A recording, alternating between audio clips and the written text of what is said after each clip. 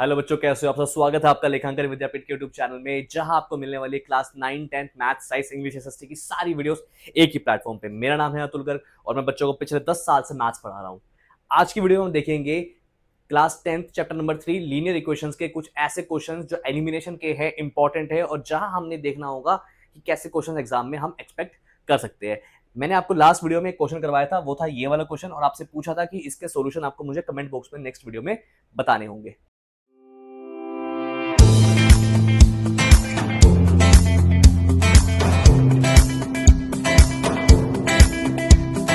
जहां हमें देखने को मिलेगा विच इज कि ऐसे क्वेश्चंस को हमें कैसे हैंडल करना है। जहां मुझे दो इक्वेशंस दी हुई है, वो क्या है, देखो। एक इक्वेशन मेरे पास 2x plus 3y equals to 8 and दूसरी इक्वेशन है 4x plus 6y equals to 7। क्या कर सकते हैं हम ऐसे क्वेश्चन को अगर हमें सॉल्व करना तो बहुत ध्यान से देखना। सबसे पहले मुझे क्या काम होगा, मेरा पहला काम वही होगा जो हमने पहले भी सीखा था, विच इज कि काश मेरा ये या ये सेम हो जाए, मल्टीप्लाई या डिवाइड की मदद से। वो हम कैसे कर सकते हैं, बहुत ध्यान से देखना। मेरे पास एक ही ऑप्शन है, विच इज कि मैं इस इक्वेशन को 2 से मल्टीप्लाई कर देता हूं। तो मैं क्या लिखूंगा, ऑन मल्टीप्लाइंग इक्वेशन 1/2। ये करने के लिए मुझे लिखना पड़ेगा ऑन मल्टीप्लाइंग सीरीज। आपको थ्योरी पूरी लिखनी है, हम काम चोरी नहीं करेंगे। On multiplying equation 1/2। ठीक है, तो 2 क्या है मेरा, 2 मेरा कांस्टेंट है जिससे मैं मेरी पहली इक्वेशन को, विच इज इक्वेशन नंबर 1 है, उसको मल्टीप्लाई करने वाला हूं। ठीक है, नेक्स्ट कैसे करेंगे देखना बहुत ध्यान से। तो मुझे क्या पता है सर, 2 से मल्टीप्लाई कर रहे हैं हम 2x प्लस 3y को, इक्वल्स टू सर 2 से ही मल्टीप्लाई कर रहा हूं मैं 8 को। क्या आएगा सर देख लेते हैं एक बार। 2 into 2x is 4x, 2 into 3y is 6y, equals to 2 into 8 is 16। Right, ये आ गई सर मेरी इक्वेशन नंबर 3। सर मेरी इक्वेशन नंबर 2 क्या थी, इक्वेशन नंबर 2 थी सर मेरी ये। देख लेते हैं सर इक्वेशन नंबर 2 क्या है मेरी, और दोनों को एलिमिनेट करते हैं, which is on eliminating equation number 2 from 3। ठीक है, अब मैं क्या लिख रहा हूं, मैं एलिमिनेट कर रहा हूं। क्यों एलिमिनेट कर रहा हूं मैं अभी देखना बहुत ध्यान से, देखो। क्योंकि मेरा ये वाला 4 और ये वाला 4 सेम हो गया है। ठीक है, दैट इज मेरा A2 और A1 का मल्टीपल सेम हो गया है। नाउ मैं क्या करूंगा, बहुत ध्यान से देखना again, which is sir on eliminating, on eliminating, देखते रहना, ऑन एलिमिनेटिंग इक्वेशन 2 फ्रॉम 3। 2 को 3 में से सब्ट्रैक्ट करेंगे तो मुझे क्या मिलता है, वी गेट, देखो 4x plus 6y equals to 16। इसमें से मैं सब्ट्रैक्ट कर रहा हूं किसको, 4x plus 6y equals to 7। Sir elimination का आपने रूल बताया था, क्या बताया था, बहुत ध्यान से देखो। विच इज पहला रूल, सर साइन चेंज करेंगे नीचे वाले का। 4x लिखा है माइनस का 4 हो जाएगा, प्लस का 6 लिखा है माइनस का 6 हो जाएगा, प्लस का 7 लिखा है माइनस का 7 हो जाएगा। सेकंड थिंग, सर प्लस का 4x माइनस का 4x गया, प्लस का 6y माइनस का 6y गया, लेकिन प्लस का 16 माइनस का 7 कितना आएगा मेरा, सर 16 में से 7 जाता है तो मेरा कितना आता है, 9। लेकिन सर यहां तो कुछ बचा नहीं, तो मैं बोलूंगा 0। 0 इक्वल्स टू 9 आया। क्या ये लिटरली पॉसिबल भी है?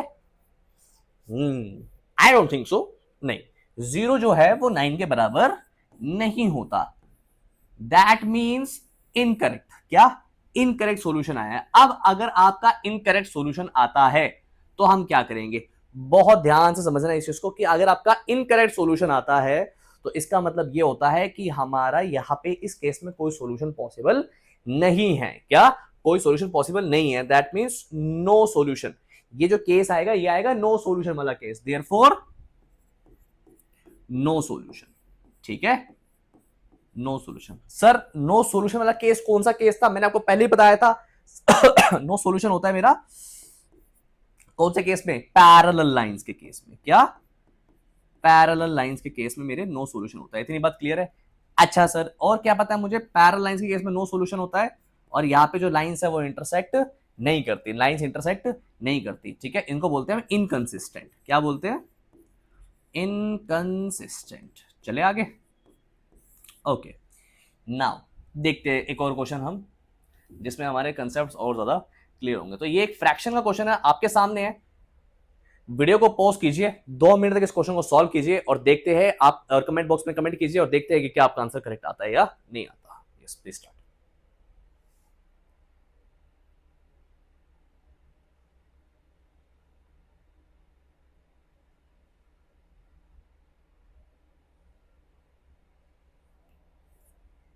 ओके शुरू करते हैं हम। ये क्वेश्चन मैंने आपको दिया था, स्क्रीनशॉट लीजिए इस क्वेश्चन का, ट्राई कीजिए ऐसे क्वेश्चन को, प्रैक्टिस कीजिए ऐसे क्वेश्चन को, उम्मीद कर सकते हैं एग्जाम में आने की।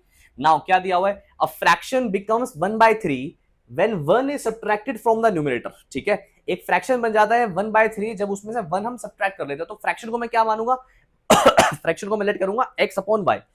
सो लेट्स सपोज फ्रैक्शन क्या है मेरा, सॉल्यूशन देखो, let the fraction be x upon y। मैं इधर लिख रहा हूं लेट द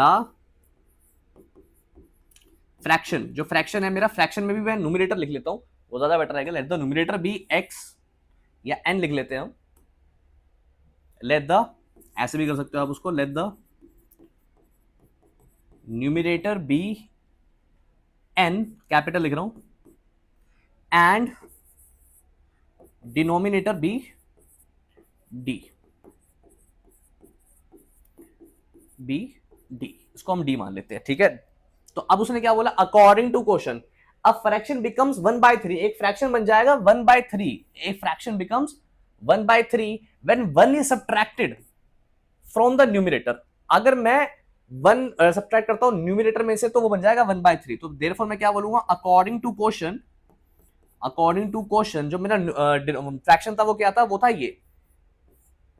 इसमें से अगर मैं न्यूमरेटर में से 1 सब्ट्रैक्ट करता हूं, इस 1 is subtracted from the numerator, it becomes 1/3। That means मैं इसको लिखूंगा कुछ ऐसे, राइट। ओके, नाउ आगे क्या बोला इसने, पहले इसको सॉल्व कर लेते हैं फिर हम आगे जाएंगे। तो देखना बहुत ध्यान से मैं क्या करने वाला हूं, सीरियस देखो। नाउ मुझे क्या पता है सर, मुझे पता है कि इसको सॉल्व करने के लिए मेरे को यहां ब्रैकेट लगाना पड़ेगा, और मैं क्रॉस मल्टीप्लाई टेक्निक का यूज करने वाला हूं यहां पे। देखो this into this and this into this, क्योंकि बीच में इक्वल्स टू लगा, तो ये 3 जो यहाँ डिवाइड हो रहा है वहां जाके मल्टीप्लाई हो जाएगा, और जो d यहाँ डिवाइड हो रहा है वो यहाँ आके मल्टीप्लाई हो जाएगा। इतनी बात क्लियर है आपको, ध्यान से समझना अभी इसको। देखो 3 इंटू में n-1 equals to d into में 1 विच इज d। नाउ इसको ब्रैकेट खोलूंगा तो बन जाएगा 3n-3 equals to d। I hope इतना आपको क्लियर हो गया होगा। ओके, इसको मैं यहां ले आता हूं, so it becomes 3n-d-3 equals to 0। ये आ गई मेरी first equation, this is my first equation. Clear है इतनी बात? ओके, पक्का सबको लाइक कर दो वीडियो को, आगे चलते हैं हम। नेक्स्ट जो सेकंड पार्ट मुझे दिया है अकॉर्डिंग टू क्वेश्चन में, वो देखेंगे। इट बिकम्स 1/4, वो 1/4 बन जाएगा if 8 is added to the denominator. अगर आप डिनोमिनेटर में 8 ऐड कर दो तो वो 1/4 बन जाएगा। अगर आप डिनोमिनेटर में 8 ऐड कर दो तो वो 1/4 बन जाएगा। इतनी बात क्लियर है आपको? चले आगे। ओके, देखना अगेन ब्रैकेट लगाते हैं, यस ठीक है। नाउ वही चीज, पहले वाली चीज, क्रॉस मल्टीप्लाई करेंगे।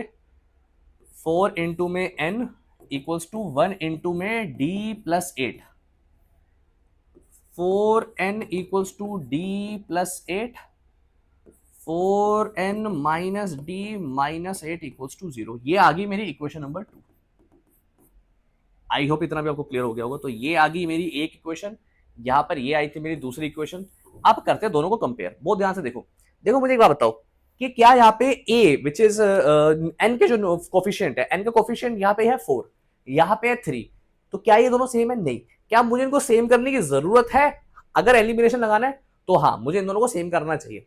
लेकिन मेरे पास उससे भी अच्छी ऑप्शन है कि d का कोफिशिएंट, यहां भी d का कोफिशिएंट है -1, यहां भी d का कोफिशिएंट है -1, क्योंकि दोनों के कोफिशिएंट सेम है। तो डायरेक्टली मैं इस इक्वेशन में से इस इक्वेशन को सब्ट्रैक्ट कर सकता हूं, क्योंकि मेरे कोफिशिएंट किसी भी एक वेरिएबल के सेम हो गए, किसी भी एक वेरिएबल के सेम होने चाहिए। देखो नाउ अब मैं क्या करूंगा, देखना। ऑन सब्ट्रैक्टिंग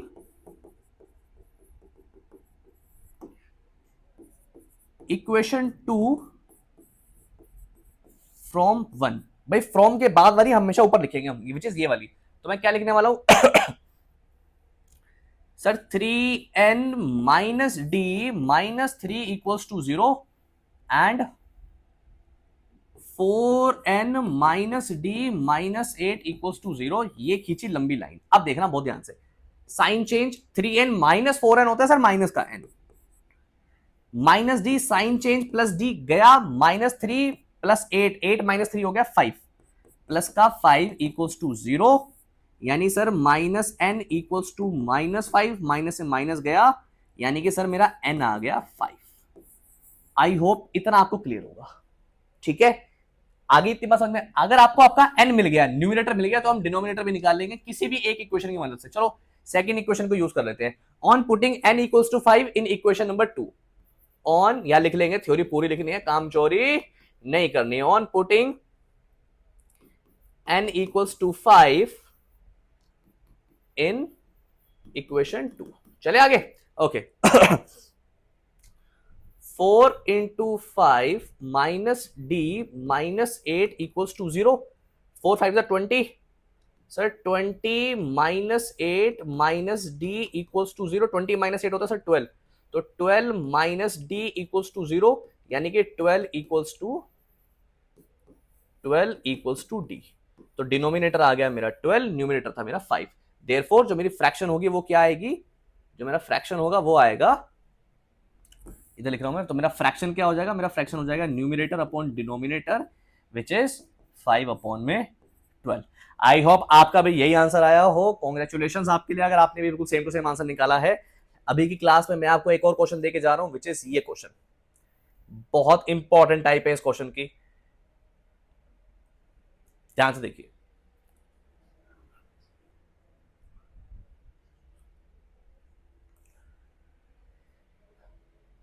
इस क्वेश्चन को सॉल्व कीजिए और आंसर बताइए मुझे नेक्स्ट वीडियो में क्या होने वाला है, हम इसको डिस्कस करेंगे नेक्स्ट वीडियो में। इसके आंसर्स को आप नीचे कमेंट बॉक्स में टाइप कर सकते हैं और नेक्स्ट वीडियो में जाके आप इसके आंसर को देख भी सकते हैं और देखते हैं कि हमने ऐसे क्वेश्चन को सॉल्व करने के लिए क्या किया है। इस क्वेश्चन की टाइप की एक स्पेसिफिक टाइप होती है जिसके बारे में नेक्स्ट क्लास में डिस्कस करेंगे। साथ ही साथ नेक्स्ट क्लास में हम ये देखेंगे कि हमारे बचे हुए ऐसे कौन से क्वेश्चन है लीनियर इक्वेशन के जो हमारे लिए इंपॉर्टेंट हो सकते हैं। तब तक के लिए आज की वीडियो को यही विराम देते हैं, मिलते हैं आपसे अगली वीडियो में, तब तक के लिए टाटा बाय बाय।